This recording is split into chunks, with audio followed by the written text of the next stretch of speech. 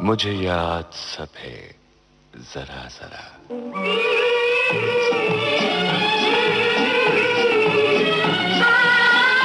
मुझे याद सब है जरा जरा। मुझे याद सब है जरा जरा। वो लम्हा लम्हा साथ है। मुझे याद सब है जरा जरा।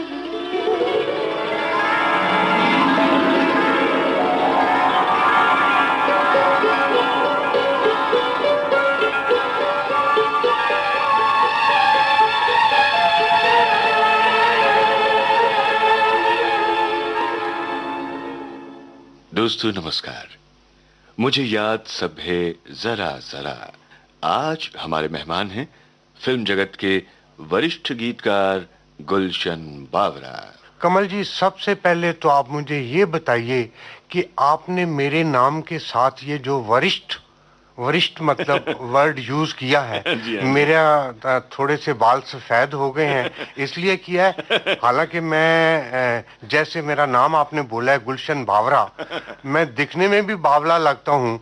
दिल से डेफिनेटली मैं अभी भी जवान हूँ, और मेरे बोलने का अंदाज जो है वो तो अभी भी बचपना उसमें नजर आता है। बात सही है। वैसे हर इंसान के अंदर एक बच्चा होता है और वो बच्चा हमेशा जिंदा रहना चाहिए।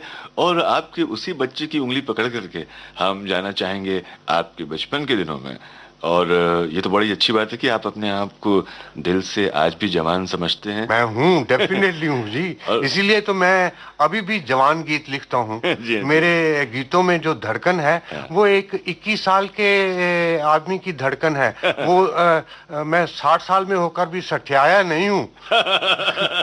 मेरे जब आप गीत सुनेंगे अभी के भी, तो आपको उनमें एक नयापन नजर, नई जवानी आएगी, नया इश्क आपको हमेशा उनमें नजर आएगा। क्या बात है, क्या बात है। दोस्तों, गुलशन जी ने हर तरह के गीत लिखे और उन गीतों में कभी पिरोई खुशी और उदासी, तो कभी सजाया उमंग और जोश को। यानी जिंदगी के कितने ही रंगों में रंगे हैं उनके गीत। यूं कह लें कि फिल्म संगीत के गुलशन को महकाने में उनके बावरेपन का, जैसा कि उन्होंने खुद बयां किया, बहुत बड़ा योगदान है। गुलशन बावरा साहब ने कई एक फिल्मों में छोटी छोटी भूमिकाएं भी की हैं, लेकिन वो जाने जाते हैं अपनी सबसे खास भूमिका गीतकार के लिए। उनके कितने ही गीतों की पालकी पर सवार होकर हमारे गुजरे हुए दिन लौटे हैं हमारे पास। उनके गीतों की तान सुनकर हमारी यादें सजीव हुई कई कई बार। और आज हम उनसे आग्रह करेंगे कि वो छेड़ें अपनी यादों के तराने। गुलशन साहब, बहुत बहुत नमस्कार। और विविध भारती के इस प्रोग्राम में, हमारे स्टूडियो में आपका बहुत बहुत स्वागत है। मेरा भी सभी सुनने वालों को नमस्कार। और मैं आपका बड़ा आभारी हूँ कि आपने मुझे इस प्रोग्राम में बुलाकर मेरे बचपन की यादों को ताज़ा करने की कोशिश की है। यूं तो हमारे प्रोग्राम का नाम है मुझे याद सब है जरा जरा, लेकिन उम्मीद है कि आज इस प्रोग्राम में आप सब कुछ खरा खरा बोलेंगे। वैसे देखिए, मैं जो भी करता हूँ उसमें कंजूसी नहीं करता हूँ। अगर मैं झूठ बोलूंगा तो उसमें भी कंजूसी नहीं करूंगा, और अगर आपके सामने झूठ ज्यादा बोलूंगा तो पकड़ा जाऊंगा। इसलिए आज मैं कसम खा के कहता हूं कि बिल्कुल सच सच कहूंगा, और सच के सिवाय कुछ नहीं कहूंगा। तभी मैंने देखा कि आपने अपने पेन को छू के कहा है कि मैं जो कुछ कहूंगा सच कहूंगा, क्योंकि वही आपका हथियार है सबसे बड़ा। देखिए, यही तो मेरी जिंदगी है। अगर ये पेन ना होता तो मैं कैसे गीत लिखता। तो पहला जो सवाल है मेरा वो यही आपसे, क्योंकि आप जानते हैं इस वक्त 3 बज चुके हैं। हाँ। और मुंबई में उमस भरी गर्मी है। तो जब ऐसा कोई मौका होता है, आप अपने घर में ये फुर्सत के लम्हे कैसे गुजारते हैं? देखिए जी, मैं 1:30 बजे अपना लंच कर लेता हूँ, और उसके बाद मैं आराम से गहरी नींद सो जाता हूँ। क्योंकि 3 बजे के बाद अगर घर से निकलो तो बहुत धूप होती है, और 5 बजे तक मैं सो जाता हूँ। और उसके बाद मैं घर से निकलना पसंद नहीं करता हूँ, क्योंकि इतनी पब्लिक हो गई है, इतनी पब्लिक हो गई है, कुछ कहा नहीं जा सकता। देखकर घुटन होती है कि हमारी बम्बई को क्या हो गया है। जब मैं आया था बम्बई में 1955 में, तो मुझे लगता है बम्बई की पॉपुलेशन 10 लाख थी, और आज बम्बई की पॉपुलेशन 1 करोड़ 10 लाख हो गई है। बताओ, इतनी पब्लिक को देखना, उनसे वाकफियत करना, उनसे बोलना, उससे बेटर है कि आप घर में ही रहो। इसीलिए घर में ज्यादा रहना पसंद करता हूँ। आपने घुटन की बात की थी, और आप तो गीतकार हैं। मैं समझता हूँ कि अपने भीतर की घुटन को बाहर निकालने के लिए गीत से बढ़िया जरिया क्या होगा? देखिए जी, मेरे में जब मैं घर में होता हूँ, घुटन जरा सी होती है तो वो मेरी अंदर गीत की शक्ल से निकलती है। हालांकि आजकल मैं गीत बहुत कम लिख रहा हूँ, लेकिन जो लिखता हूँ वो आजकल भी कमाल के गीत लिख रहा हूँ, और वो मेरे स्टॉक के हैं। मैंने काम बहुत कम किया है, बट काम मैंने जो किया है अच्छे लोगों के साथ किया है, अच्छी जगह किया है, और अच्छी कीमत पे किया है।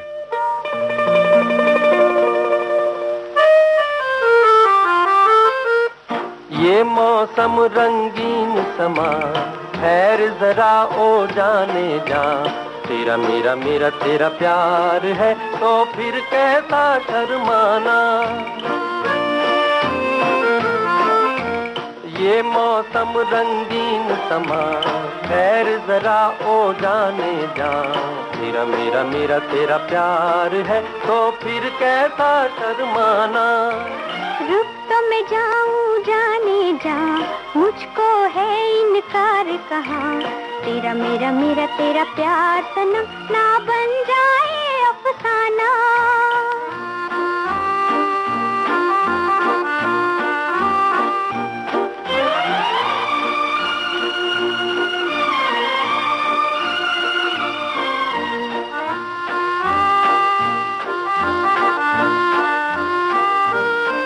ये चांद ये सितारे कहते हैं मीके सारे, आजा प्यार करें। ये चंदा बेरी देखे कैसे में बोलो कैसे करार करें। दिल में है कुछ कुछ कहे जुबान, प्यार यही है जाने जा, तेरा मेरा मेरा तेरा प्यार है तो फिर कैसा शर्माना। ये मौसम रंगीन समा, खैर जरा ओ जाने जा, तेरा मेरा मेरा तेरा प्यार है तो फिर कैसा शर्माना।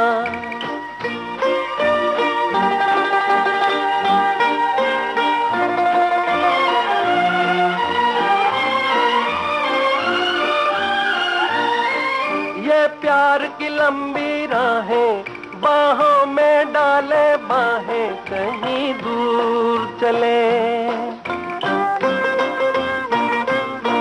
बैठे हैं घेरा डाले ये जालिम दुनिया वाले, हमें देख जले। जलता है तो जले जहां, खैर जरा ओ जाने जा, तेरा मेरा मेरा तेरा प्यार है तो फिर कैसा शर्माना।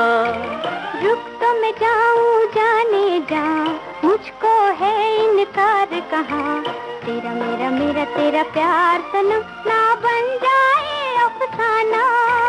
ये मौसम रंगीन समा, खैर जरा ओ जाने जा, तेरा मेरा मेरा तेरा प्यार है तो फिर कैसा शर्माना।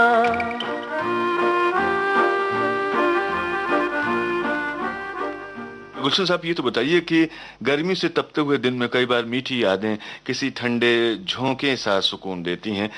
आपकी यादों में सबसे मीठे दिन कौन से हैं? देखिए जी, बचपन जो है वो सबसे, उसमें मिठास होती है, क्योंकि बचपन की जो यादें होती हैं वो आपकी बुढ़ापे तक जाती हैं, और वो पहली पहली यादें होती हैं, और वो यादें बड़ी मासूम होती हैं। वो तीखी यादें उनमें बहुत कम होती हैं। तो मुझे वो मिठास भरे दिन कभी कभी याद आ जाते हैं। जब गर्मियों के दिन होते थे तो हमारी माता जी हमको बोलती थी कि देखो बेटा, धूप में जाना अच्छा नहीं है, आंखें खराब हो जाएंगी, तो हमें ज़बरदस्ती एक कमरे में सुलाने की कोशिश करती थी। और मुझे याद है उन दिनों रेडियो वगैरह नहीं होते थे। मैं जिस शहर में था इलेक्ट्रिसिटी भी नहीं अभी अभी आनी स्टार्ट हुई थी, तो वो हमको एक दो रिकॉर्ड उन दिनों ग्रामोफोन पे सुनाया करती थी। वो इतने मीठे गीत होते थे, उनमें इतनी मिठास होती थी कि वो गीत सुनकर नींद आने लग जाती थी। वो गीत याद है आपको? हाँ, एक गीत मेरे को अभी तक याद है। वो फिल्म थी शायद रतन। उसमें एक गीत था, सावन के बाद लो उनसे ये जा कहो, तकदीर में यही है लिखा है, साजन मेरे न रो, सावन के बाद लो। हालांकि मुझे इसका मतलब उन दिनों नहीं आता था, पता लगता था, लेकिन इस गीत में इतनी मिठास थी कि मैं सुन के ना अपनी माँ की गोद में सो जाया करता था। तो इसी मिठास को अपने श्रोताओं के साथ भी बांटते हैं? बिल्कुल बिल्कुल।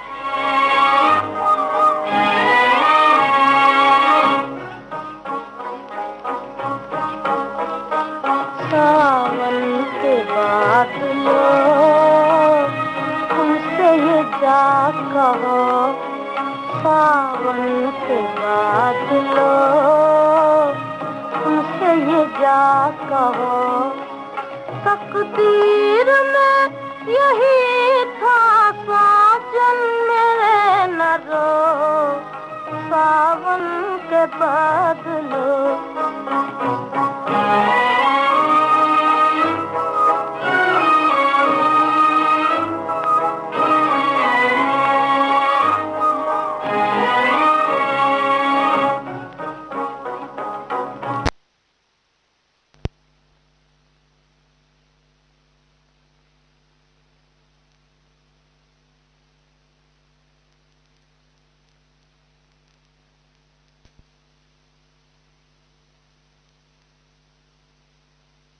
यादों की सताएगी तुम झूम यहाँ ना हो, सावन के बादलों।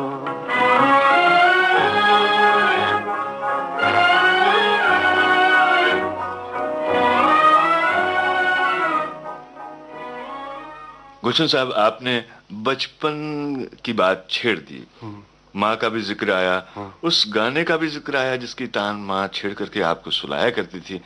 हम जानना चाहते हैं कि बचपन का ये दौर आपका कहाँ बीता, कहाँ आपका जन्म हुआ? देखिए जी, मेरा जन्म 13 अप्रैल 1938 को जिला शेखुपुरा में हुआ, जो आजकल पाकिस्तान में है। बैसाखी वाले दिन जन्मे थे? बैसाखी वाले दिन मैं जन्मा था। तो हुआ क्या कि कुछ साल पंजाब में रहे, उसके बाद पार्टीशन हो गया, और ये मेरे लिए एक बड़ी दुखद घटना है कि मेरे सामने पार्टीशन में मेरे माता पिता का कत्ल हुआ। वो दिन और वो घटना आज भी जब मुझे याद आती है तो मेरा दिल दहक जाता है। पर क्या करें, उस वक्त एक हैवानियत का दौर छाया हुआ था, उससे निकलना बड़ा मुश्किल था। उससे पहले माँ बाप के साथ था तो मुझे बहुत बहुत वहाँ की अच्छी यादें हैं। अपनी मेरी माता जी थी, वो मुझे अपने साथ ले जाया करती थी भजन मंडली में। वो ज़रा धार्मिक विचार की थी, तो जब वो मुझे भजन मंडली में ले जाती थी तो मैं भी उनके साथ साथ भजन गाता रहता था। और कई बार ऐसा हुआ कि मुझे भजन के साथ साथ एक और लाइन लगाने का मौका मिल जाता था, तो उससे मेरे दिल में ना वो लिखने का शौक जागने लगा, और तभी से मुझे लिखने का कुछ शौक होने लगा। और ये मेरे पर मेरी माताजी का बहुत बड़ा आशीर्वाद है कि ये उन्हीं दिनों के संस्कारों का ये चक्कर है जो आज मैं आपको एक गीतकार की शक्ल में नजर आ रहा हूँ। विविध भारती से इस समय आप सुन रहे हैं मुझे याद सब है जरा जरा। और आज के इस प्रोग्राम में हमारे मेहमान हैं जाने माने गीतकार गुलशन बाबरा। हमारे यहाँ उन दिनों हिंदी लड़कियां पढ़ा करती थी, लड़के जितने भी होते थे वो उर्दू पढ़ते थे। तो मैं अलिफ बे पे सीख के थोड़ा सा बड़ा हुआ था, और हमारे उन दिनों शहर में कोई थिएटर भी नहीं था। तो गर्मियों में ज़्यादातर हमको माता जी सुलाने की कोशिश करती थी, लेकिन जब हम देखते थे कि वो सो गई हैं तो हम, मेरे बड़े भाई को पतंग उड़ाने का बहुत शौक था, तो वो मुझे चुपके से बोलता चल ऊपर चलते हैं। तो हम अपनी छत पे जाके गर्मी की धूप में पतंग उड़ाया करते थे। तो हमारी माताजी को जब ये पता चला कि ये मेरे को सोता हुआ देखकर ऊपर भाग जाते हैं, तो उन्होंने क्या चालाकी की कि उन्होंने हमसे डोर और पतंग लेकर ना एक ट्रंक में बंद कर दी कि मैं तुम्हें ये 5 बजे दूंगी जब धूप नहीं होगी। तो मेरे भाई उससे भी ज्यादा चालाक निकले। उन्होंने क्या किया, मुझे चुपके से बोले चल ऊपर चल। तो हमारा 2 मंजिला मकान था, तो पीछे लोग जो थे वो जब पतंग उड़ाते थे ना, तो हम चुपके से, जब वो हमारी दीवार के साथ उनकी डोर लगती थी, तो उसी को दबोच लेते थे और उसी पतंग को अपनी पतंग, वो हमको बहुत गालियां निकालते रहते थे, बहुत गालियां निकालते थे। फिर हमारी माताजी के पास वो शिकायत लेकर भी आते थे। तो फिर क्या करें, वो बचपन का जमाना था। फिर हमारी माताजी हमको मार्बल, जिसको हम बांटे बोलते हैं ना, मार्बल, कंचे कहते हैं। कंचे कंचे, वो नहीं खेलने, वो बोलती थी और कोई भी गेम खेलो, लेकिन वो ये कंचे को ना जुआ मानती थी, और वो बोलती थी जुआ बहुत बुरी चीज है। इसीलिए शायद मैं आज भी ना, कोई भी जिसमें बैटिंग हो ना, मेरा वही संस्कार है, मैं उसको अच्छा लाइक नहीं करता हूँ। माँ को क्या क्या के बुलाते थे आप? वैसे हमारे पंजाबी में भाभी बोलते हैं, तो मैं अपनी माँ को भाभी बोला करता था। और मैं छोटा था तो मैं अपनी माँ का बहुत लाडला था। अच्छा। और वो कभी कभी उनको फरमाइश कर देता था कि अगर आपने यही 3-4 हमको गाने सुनवाती रहती हैं दोपहर को, कोई ना कोई तो नया रिकॉर्ड। तो उन दिनों एक नया रिकॉर्ड आया था, वो था शायद जीनत का था, जीनत का या अनमोल घड़ी का। तो वो 2 रिकॉर्ड लाई थी, तो फिर वो हमको एक गाना वो सुनवा दिया करती थी, तो दोपहर को हमको ऐसे नींद आ जाती थी। तो अब एक फरमाइश अपने श्रोताओं की तरफ से, हाँ, मेरी भी है आपसे, हाँ, कि जिन 2 रिकॉर्ड्स का आपने जिक्र किया, हाँ, उनमें से एक गाना आप हमारे श्रोताओं की नजर कर दीजिए। डेफिनेटली जी, आप भी सुनिए और खुश होइए, और मेरे बचपन को आप भी याद कीजिए कि हमने बचपन में ये गाने सुन सुन के दिन गुजारे हुए हैं। गाना कौन सा है? आजा आजा आजा मेरी बर्बाद मोहब्बत के सहारे। आजा आजा आजा मेरी बर्बाद मोहब्बत के सहारे, है कौन जो बिगड़ी हुई तकदीर संवारे। आजा आजा आजा मेरी बर्बाद मोहब्बत के सहारे, है कौन जो बिगड़ी हुई तकदीर संवारे।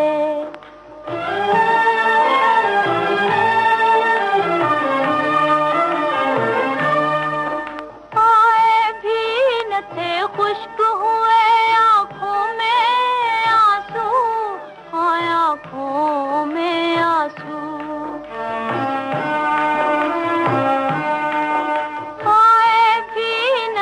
खुश्क हुए आंखों में आंसू, आंखों में आंसू।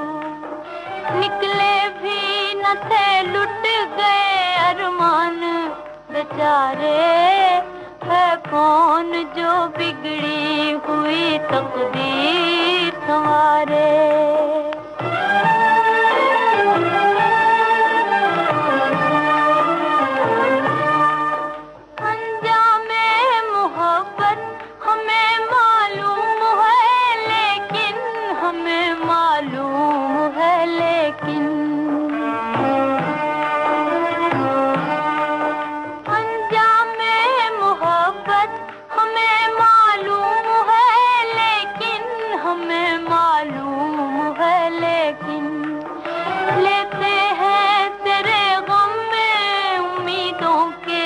सहारे, है कौन जो बिगड़ी हुई तकदीर संवारे।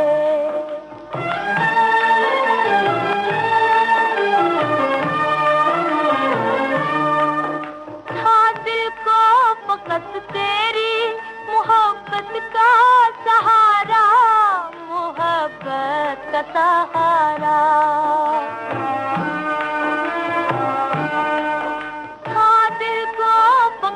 तेरी मोहब्बत का सहारा, मोहब्बत का सहारा। हमने इसी उम्मीद पे दिन अपने गुजारे, है कौन जो बिगड़ी तकदीर संवारे। आजा आजा आजा मेरी बर्बाद मोहब्बत के सहारे, है कौन जो बिगड़ी हुई तकदीर संवारे। ये तकदीर का ही खेल है कि जब पाकिस्तान बना और उसके बाद हम लोग हिंदुस्तान में आए तो मैं तो अपने माता पिता खो चुका था।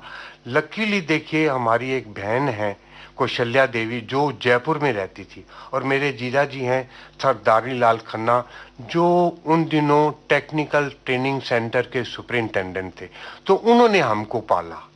तो जब मैं पाकिस्तान से हिंदुस्तान आ गया तो यहाँ पर हमारी जो भाषा थी वो हिंदी हो गई, और हिंदी भाषा को सीखने के लिए मुझे फिर थोड़ा सा टाइम लगाना पड़ा। उसके बाद मुझे पता चला कि इसमें कितनी मिठास है, इसमें कितना मज़ा है। वैसे तो उर्दू ज़ुबान जो है वो बोलते हैं कोर्ट लैंग्वेज, लेकिन हमारी हिंदी भाषा का भी जवाब नहीं। जो मिठास, जो इसमें एक माँ का प्यार है ना, वो वाकई इस भाषा में मिलता है।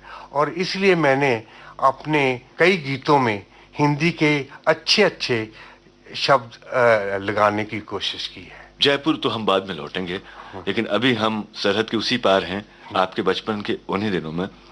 और जानना चाहेंगे हम आपसे कि आपके स्कूल का नाम क्या था, कुछ याद है आपको? उसका नाम था म्यूनिसिपल स्कूल, उसको हम बोलते थे, और वो 4 क्लासेस तक होता था। उसके बाद हम बोलते थे हाई स्कूल। तो हाई स्कूल जो था उसका नाम था सनातन धर्म हिंदू स्कूल, और उसमें मैं पढ़ता था। अभी मैं 5वीं में गया ही था तो पार्टीशन हो गया था। आपके टीचर कौन थे, कुछ याद है उनका नाम? मेरे टीचर का नाम था अल्लाह दित्ता। वो हमको उर्दू सिखाया करते थे, तो वो भी थोड़ा सा लंगड़ा के चला करते थे। मुझे अब उनकी इतनी याद है। और तब मेरी बहन की शादी हुई थी, तो मुझे पता है कि मैं उनके लिए मिठाई का डब्बा नहीं लेके गया था, तो उन्होंने मेरे को 2 बैंत मारे थे कि जिस लड़के के घर शादी होती है वो लड्डू लेके आता है और तू ये भी नहीं लेके आया। तो वो मुझे 2 बैंत अभी तक याद है। वैसे तो मार पड़ा करती थी, क्योंकि हम कभी कभी स्कूल में भी ऐसी शरारतें करते थे कि स्कूल से भाग जाना।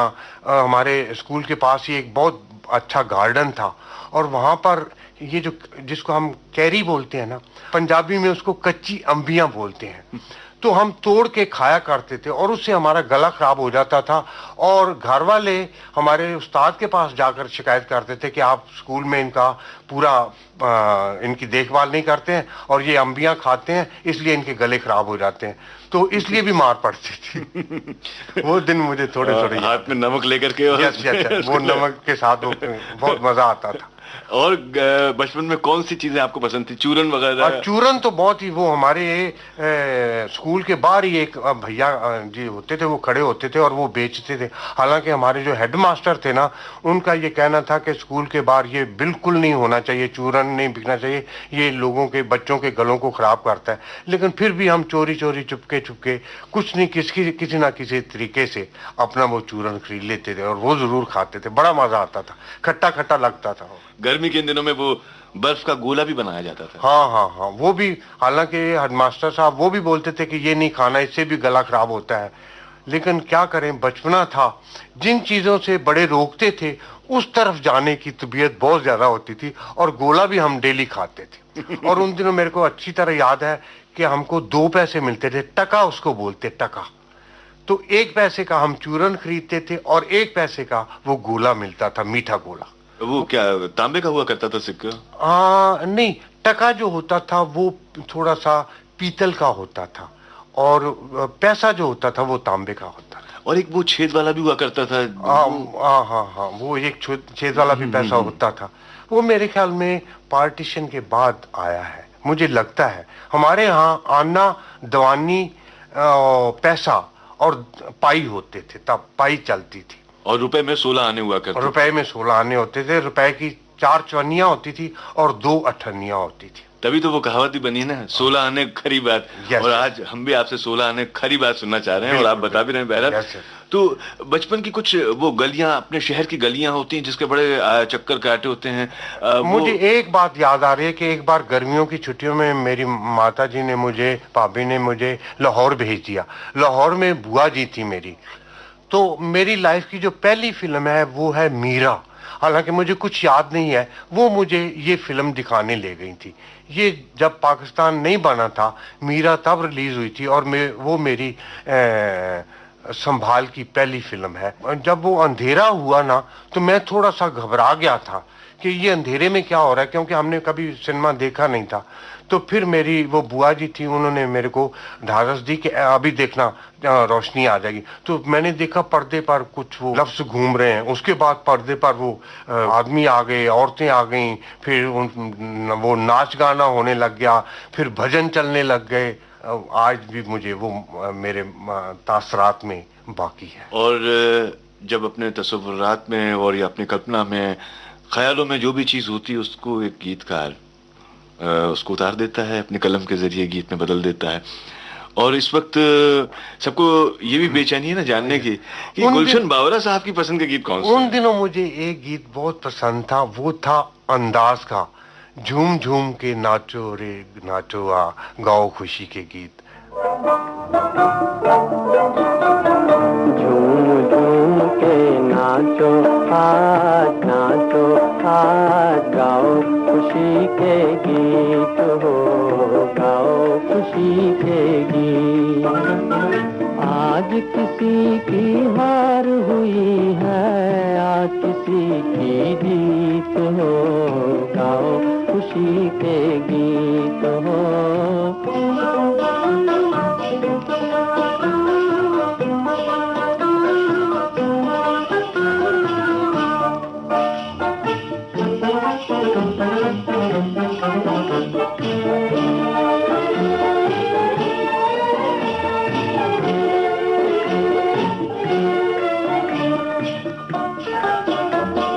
कोई किसी की आँख का तारा, जीवन साथी साजन प्यारा, और कोई तकदीर कमारा, ढूंढ रहा है दिल का सहारा। किसी को दिल का दर्द मिला है, किसी को मन का मीत हो, गाओ खुशी के गीत हो। झूम झूम के नाचो आज, नाचो आज, गाओ खुशी के गीत हो, गाओ खुशी के गीत हो।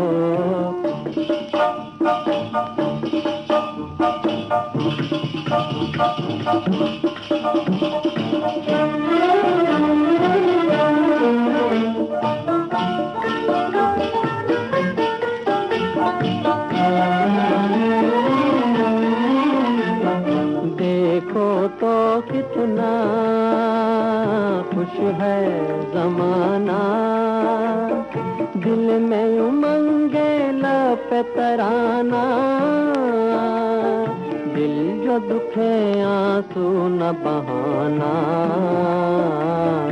ये तो यहाँ का ढंग पुराना।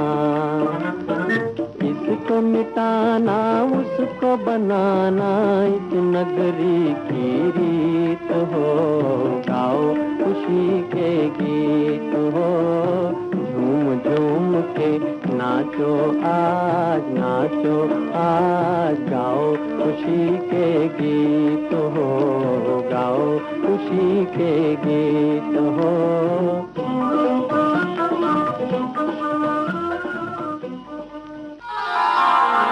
विविध भारती से इस समय आप सुन रहे हैं मुझे याद सब है जरा जरा। और आज के इस प्रोग्राम में हमारे मेहमान हैं गीतकार गुलशन बावरा। गुलशन बावरा जी, मतलब ये वो गीत हैं जो आपको बावरा करते रहे हैं? देखिए जी, इन्हीं गीतों की वजह से मेरे दिल में थोड़ा थोड़ा इश्क पैदा होने लग गया था, क्योंकि अब मैं कुछ बड़ा भी हो गया था और गीतों को समझने लग गया था कि इनके पीछे क्या बात है। तो जब मुझे थोड़ी थोड़ी समझ आने लग गई, तो फिर मेरा भी मिजाज, मेरा लड़कपन से आशिकाना है, वो इन्हीं गीतों से स्टार्ट हुआ था। आशिकाना जो है वो मेरा इन्हीं गीतों से स्टार्ट हुआ था। क्या बात है। और अब क्या है कि जब तक हम पाकिस्तान में थे बिजली नहीं थी।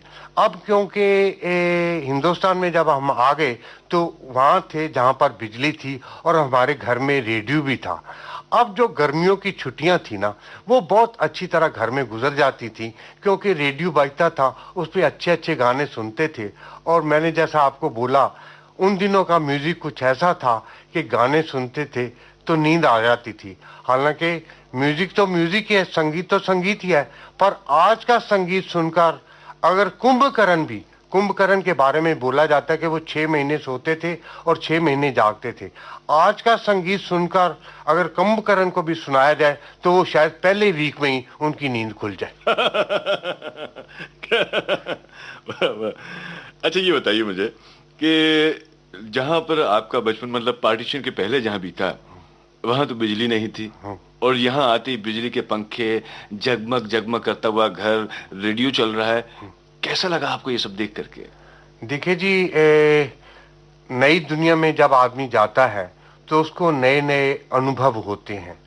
तो मैंने जब देखा कि हमारा शेखपुरे से ये जयपुर जो है ये काफी तरक्की कर चुका हुआ है, तो हमारे दिल में भी फिर वैसे ही ख्वाहिशें पैदा होने लगी। जैसे मैंने अभी आपको बोला है कि बचपन से आदमी जवानी में जाता है तो मासूमियत से आदमी आशिकी में चला जाता है।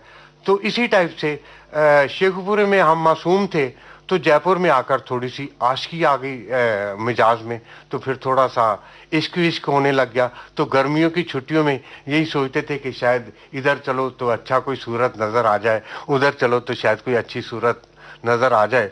तो उन दिनों मुझे अभी तक याद है एक गाना। मुझे लगा कि आप शायद ये बताने लगे हैं कि मुझे अब तक याद है उस लड़की का नाम।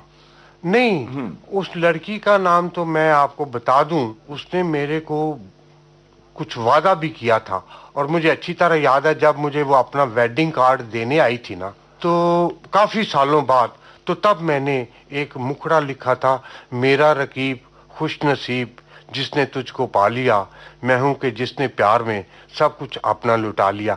बात यह है कि उसकी तरफ से फ्रेंडशिप थी, लेकिन मेरी तरफ से इश्क था।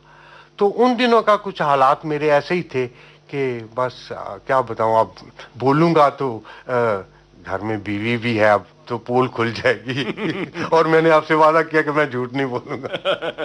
बात सही है। क्या उम्र रही होगी आपकी? तब मेरी उम्र थी कोई 10-11 साल की, 11-12, मैं 11 साल का हो गया था। कौन सी क्लास में फिर आपने एडमिशन तब लिया? मैं 7वीं में पढ़ने लग गया था।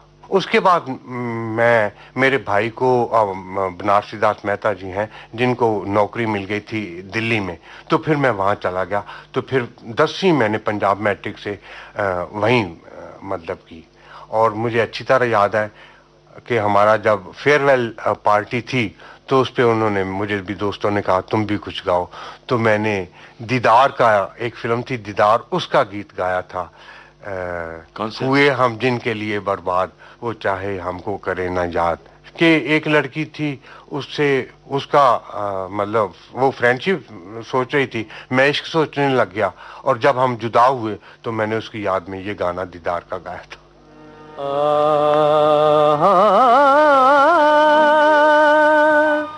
असीर बन जाए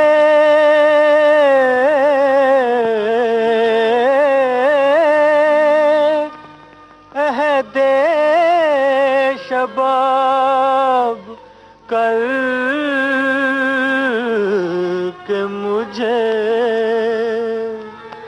कहाँ गया मेरा बचपन, खराब करके मुझे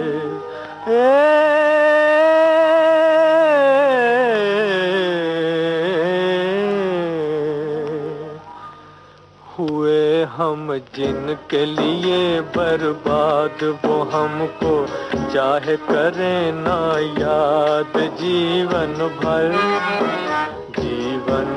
उनकी याद में हम गाए जाएंगे, गाए जाएंगे।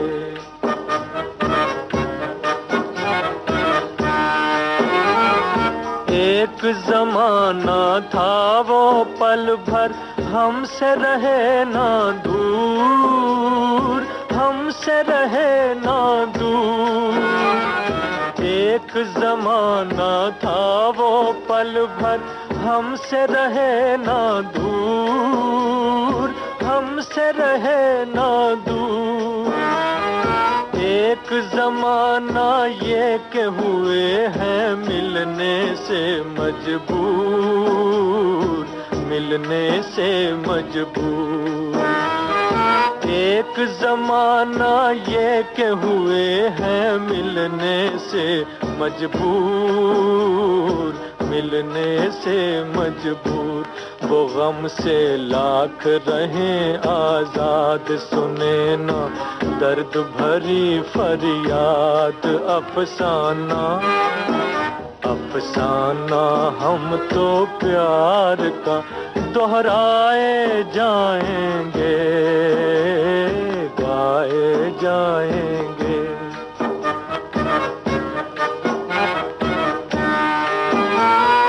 मैं हूँ ऐसा दीप के जिसमें, मैं हूँ ऐसा दीप के जिसमें ना बाती ना तेल, ना बाती ना तेल। बचपन बीता बनी मोहब्बत, 4 दिनों का खेल, 4 दिनों का खेल। बचपन बीता बनी मोहब्बत, 4 दिनों का खेल, 4 दिनों का खेल।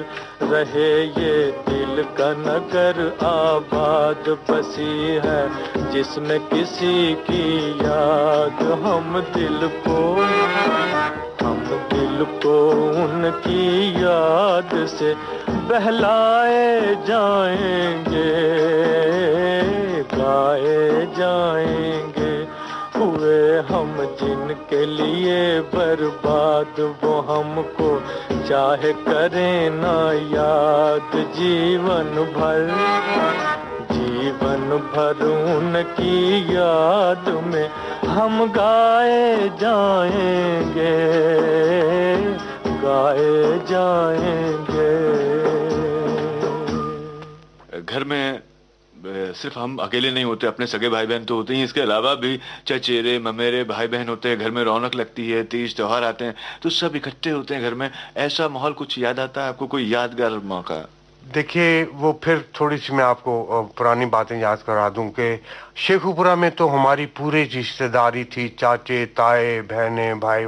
जब हम जयपुर में आ गए तो साए मेरे बहन और जीजा जी के और 2 छोटे छोटे बच्चे थे, बाकी कोई था नहीं हमारा उधर।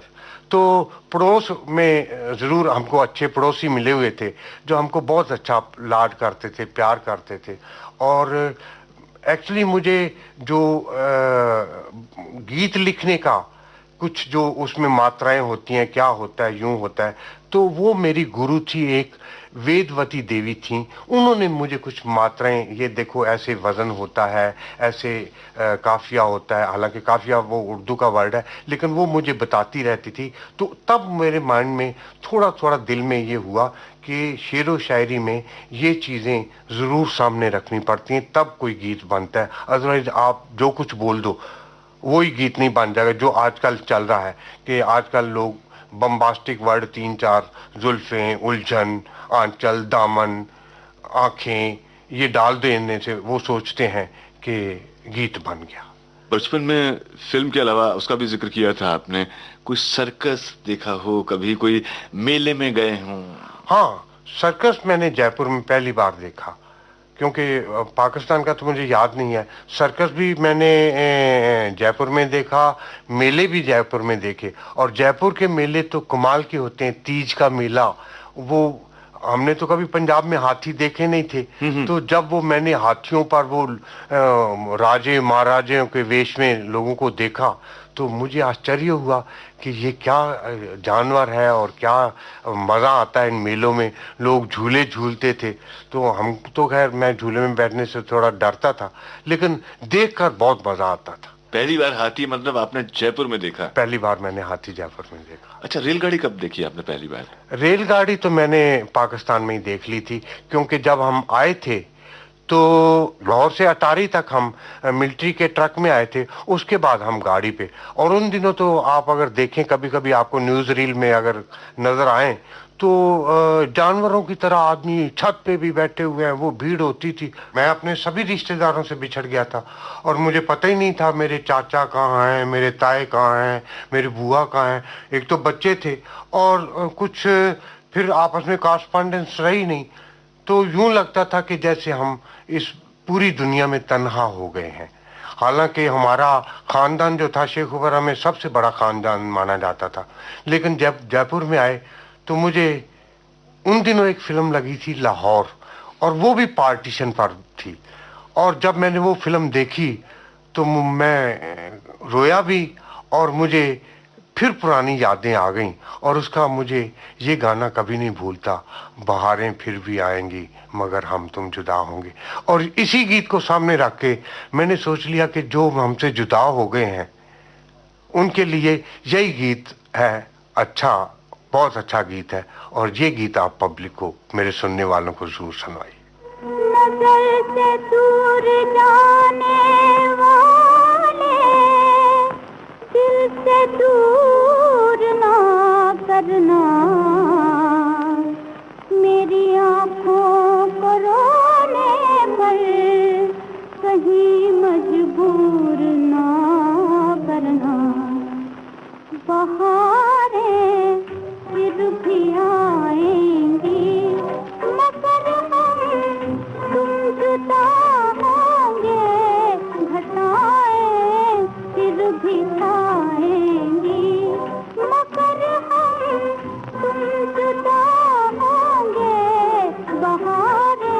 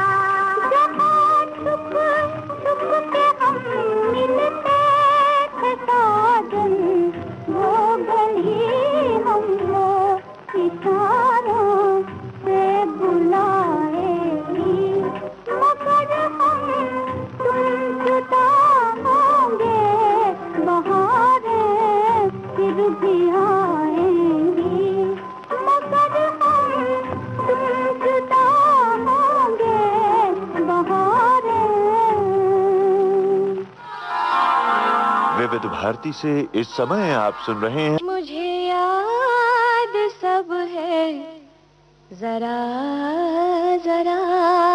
और आज के इस प्रोग्राम में हमारे मेहमान हैं जाने माने गीतकार गुलशन बाबरा। अब कभी भी मुझे दुख आए तो मैं झेलने की पूरी कोशिश करता हूँ और मैं इतना मतलब डिस्टर्ब नहीं होता हूँ। हालांकि दुख में सभी डिस्टर्ब होते हैं और सबसे बड़ी बात तो यह है कि मुझे मेरी पत्नी का इतना साथ है कि अब मैं उस जमाने से मैं होते हुए भी उस जमाने की याद आते हुए भी ना मुझे उतना फील नहीं होता है। और मुझे लगता है अगर शायद ये जमाना वो जो जमाना मैंने देखा है वो ना आया होता तो शायद मेरे में ये जो तब्दीलियां आई हैं, ये जो चेंजेस आई हैं, ये ना आती। उस जमाने ने आज मुझे इतना होशियार कर दिया है कि मैं सभी वक्त के थपेड़े सहने के काबिल हूँ। किस उम्र में एक तो शादी हुई आपकी, और क्या ये शादी आपकी पसंद से हुई थी या किसी दूसरे ने ये रिश्ता बनाया था? देखिए जी, हम जुगेश्वरी में रहते थे बॉम्बे में और वो गोरेगांव में रहती थी, तो आपस में वाकफियत हो गई और मिलना जुलना फिर हो गया। मेरी 7 अगस्त 1970 को शादी हुई और कुछ अनअवॉइडेबल सर्कमस्टांसेस के बाद ऐसे थे कि मुझे सब कुछ छोड़कर I was just on road. लेकिन ये मेरी धर्मपत्नी का साहस है कि उसने मुझे कभी पीछे मुड़ के नहीं देखने दिया। उसने मुझे इतना साथ मेरा दिया कि जो आज मैं हूँ, मैं सोचता हूँ मैं उसी की वजह से हूँ। अगर मैं उस आदमी को सबसे ज्यादा खुशकिस्मत समझता हूँ जिसका घर में जाकर स्वागत हो, आपकी पूरी थकावट उतर जाती है। आप सारा दिन इधर उधर घूम घाम के आए और अगर आपको घर से एक मुस्कान ना मिले तो आपकी थकावट डबल हो जाती है। लेकिन आप थक टूट के आए हैं और धर्म पत्नी की एक मुस्कान मिल जाए तो आप सोचते हैं कि आपको सारा जहान मिल गया। आप बिल्कुल, आपकी थकावट दूर हो जाती है। इसीलिए मैं भगवान का बड़ा शुक्रगुजार हूँ कि उसने मुझे अंजू जैसी धर्म पत्नी दी है। हम फिर से फ्लैशबैक में चलते हैं। हाँ जी, वो हाँ, कभी कभी ये विकास फिल्म में ये चलता है और ये जीवन में भी चलता रहता है कि हम इस दौर से उस दौर, पुराने दौर में चले जाते हैं, पुराने दौर से नए दौर में आ जाते हैं, क्योंकि ये दौर ही हैं जो हमको जिंदा रखे हुए हैं। जयपुर में आप कितने साल रहे? जयपुर में मैं 3 साल रहा। उसके बाद मैं दिल्ली चला गया। दिल्ली में मैंने मैट्रिक पास की। उसके बाद क्या था कि अब हमको भी काम करना था। अब जो हमारे मेरे फादर कॉन्ट्रैक्टर थे तो वो धंधे तो बिल्कुल बंद हो चुके थे। बाकी सब हमारे घर वाले जो थे खानदान लैंडलॉर्ड थे, सबकी ज़मीनें होती थी। हमारे खानदान में कोई 10वीं पास करता ही नहीं था, क्योंकि सब अपने अपने वो धंधों पे आ जाते थे। वो खेत बाड़ी, वो ये बैल वैल पालना वालना। तो मेरे ख्याल में हम ही 2 भाई हैं जिन्होंने पहली बार अपने खानदान में मैट्रिक पास की, क्योंकि हमको सर्विस करनी थी। वो तो सब कुछ लुट गया था, पाकिस्तान में रह गया था। तो उसके बाद मेरी बॉम्बे में अपॉइंटमेंट हो गई रेलवे में एज गुड्स क्लर्क और मैं 1955 में बॉम्बे आ गया। कहाँ ज्वाइन किया आपने? यहाँ करनाक बंदर है गुड्स डिपो वेस्टर्न रेलवे का, उसमें मैंने सर्विस की। पहला दिन याद है आपको, आप जब ऑफिस? हाँ, मैं 14 अगस्त को पहुंचा था और 15 अगस्त को छुट्टी थी और 16 अगस्त को मैंने ज्वाइन किया। जब मैं पहले दिन मैंने सर्विस ज्वाइन की और मैं 5 बजे दफ्तर से निकला तो उन दिनों एक क्लर्क की 137 रुपए 8 आने तनख्वाह होती थी। तो मैंने गिन लिया कि आज मैंने 4.5 रुपए कमा लिए हैं, वो मेरी किटी में चले गए हैं। वैसे ही फिर दिन गुजरते गए, 2 दिन, 3 दिन, 15 दिन, आज मैंने 70 रुपए कमा लिए हैं। तो महीने के बाद जब मुझे तनख्वाह मिली तो मुझे ऐसा लगा कि जैसे किसी के बच्चे के हाथ में किसी ने 100 रुपए का नोट थमा दिया हो। तो बहुत खुश था और सबसे ज़्यादा जो खुशी थी वो थी बॉम्बे में आने की, कि मेरे जो सपने मैंने देखे हुए हैं वो शायद साकार हो जाए। तो जब तनख्वाह मिली है आपको, सबसे पहला काम क्या किया? मतलब कौन सी चीज पहले खरीदी आपने उस तनख्वाह से? सबसे पहले तो मैंने मैं अपने जीजा जी से 60 रुपए उधार लेके आया था और सबसे पहले मैंने दूसरे दिन उनको 60 रुपए मनी ऑर्डर करके अजमेर में, तब वो अजमेर में चले गए थे, अजमेर में उनको वापस कर दिए। अब मैंने सोचा कि जो बंबई में है वो सब मेरा है और अभी तक मैं सोच रहा हूं कि जो मेरा बंबई में फ्लैट, फ्रिज, फोन, ये सब कुछ मेरा है और मेरे हाथों का कमाया हुआ है। इसीलिए मैं सोचता हूं कि बंबई जैसी नगरी भी दुनिया में बहुत ही कम नगरी होगी। पुरुषार्थी लोगों का सम्मान कर। यस यस यस, बंबई ऐसी नगरी है कि यहाँ पर आदमी अगर 6 दिन रह जाए, 7वें दिन उसको कोई ना कोई काम मिल जाता है और बंबई उसको अपना लेती है। जैसे फिल्म इंडस्ट्री जैसी कोई इंडस्ट्री नहीं है। मैं अगर रेलवे में काम कर रहा होता तो आज शायद मैं किसी रेलवे के क्वार्टर में पड़ा रहता, लेकिन आज भगवान ने मुझे पाली हिल पे मेरा अपना फ्लैट दिया हुआ है, तो मैं इसलिए फिल्म इंडस्ट्री को अपनी माँ से भी ज्यादा इज्जत देता हूँ। क्या बात है, क्या बात है। फिल्म इंडस्ट्री की बात चली है, फिल्मी गीतों की धूम रही है और हमारी जिंदगी से फिल्मी गीतों का गहरा जुड़ाव है। आपकी यादों से भी फिल्मी गीत जुड़े हुए हैं, तो एक गीत हो जाए। हाँ, मैं आपको अपना एक जंजीर का गीत सुनवाता हूँ जिसमें हुजूर कमल साहब मैंने एक्टिंग भी की है। ये वो गीत है जिसको मैंने लिखा है, रफ़ी साहब एंड लता मंगेशकर ने इसको गाया है और मैंने इसको स्क्रीन पे संजना के साथ मेरे पास पिक्चराइज हुआ। और ये वो गीत है जिससे हमारी इंडस्ट्री के आज के सबसे सफल कलाकार अमिताभ बच्चन को नया जीवन मिला। दीवाने हैं दीवानों को ना घर चाहिए। उस फिल्म में उनका कोई गाना नहीं था, ये गाना मैंने गाया था। अब ये गाना अपने सुनने वालों को सुनवाना चाहता हूं। तो चलिए अपने सुनने वालों को भी गाने की जंजीर से बांध देते हैं।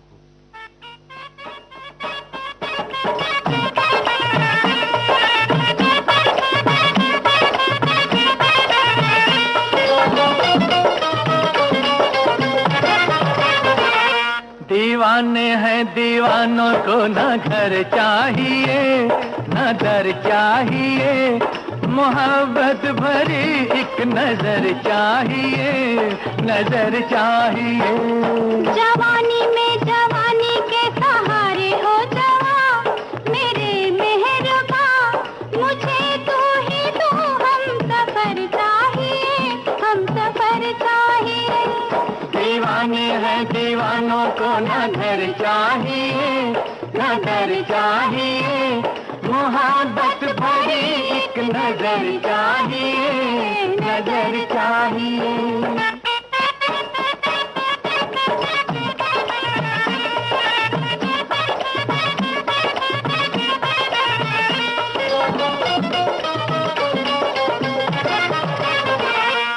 सर पे हमारे खुला आसमां, खुला आसमां। हमारे लिए है यही आशिया, यही आशिया।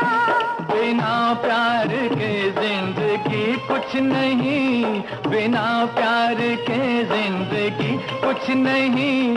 जहाँ प्यार है हर खुशी है वही। वो फूलों भरी चाहे चाहे कांटों भरी, हाँ कांटों भरी, चले जिस पे तू वो डगर चाहिए, डगर चाहिए। दीवाने हैं दीवानों को ना घर चाहिए ना घर चाहिए, मोहब्बत भरी एक नजर चाहिए, नजर चाहिए।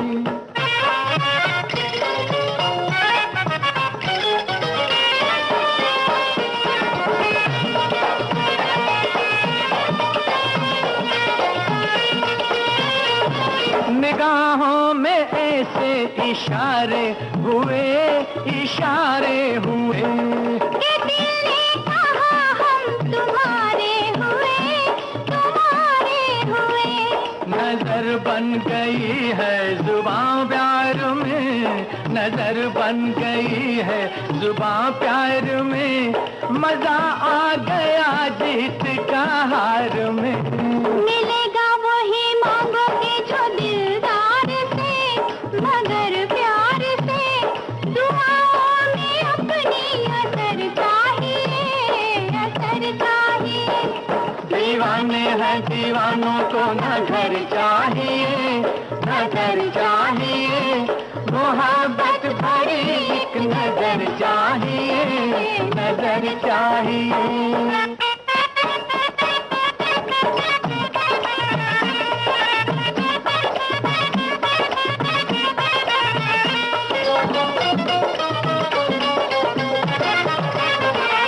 दीवाने हैं दीवानों को न घर चाहिए, न दर चाहिए, मोहब्बत भरी एक नजर चाहिए, नजर चाहिए। जवानी में जवानी के सहारे हो जवा, मेरे मेहरबा, मुझे तू ही तू हम सफर चाहिए, हम सफर चाहिए। दीवाने हैं दीवानों को न घर चाहिए, न दर चाहिए, मोहब्बत भरी एक नजर चाहिए, नजर चाहिए।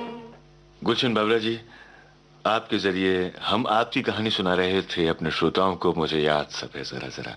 बिल्कुल जी, बिल्कुल। और ये कहानी बहुत लंबी है, यहीं खत्म नहीं होती, क्योंकि ये यादें जो हैं वो बार बार लौटती हैं, घटाओं की तरह आती हैं, हमें भिगोती हैं और उनमें भीगना अच्छा भी लगता है।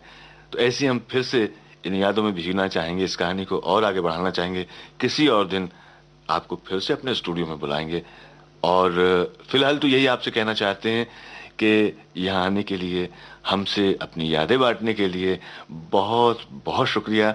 हम अपनी ओर से आपको बहुत बहुत धन्यवाद देते हैं, अपने श्रोताओं की ओर से भी और विविध भारती की ओर से भी। मैं भी आप सबका बड़ा शुक्रगुजार हूँ कि आपने मुझे इस प्रोग्राम में इनवाइट करके मेरी शान बढ़ाई है।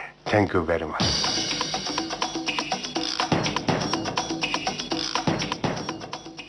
मुझे याद सब है जरा जरा। दोस्तों, आज के इस प्रोग्राम में हमारे मेहमान थे फिल्म जगत के जाने माने वरिष्ठ गीतकार गुलशन बाबरा। आज के इस प्रोग्राम के निर्माण से जुड़ी क्रिएटिव टीम का परिचय इस प्रकार है। Technical assistance Dinesh Dabholkar, post production PK Nair और उषा मेहता, एसोसिएट प्रेजेंटर कमल शर्मा, प्रेजेंटेशन राकेश जोशी और विविध भारती की समर स्पेशल सीरीज मुझे याद सब है जरा जरा के इस एपिसोड के प्रोड्यूसर थे लोकेंद्र शर्मा।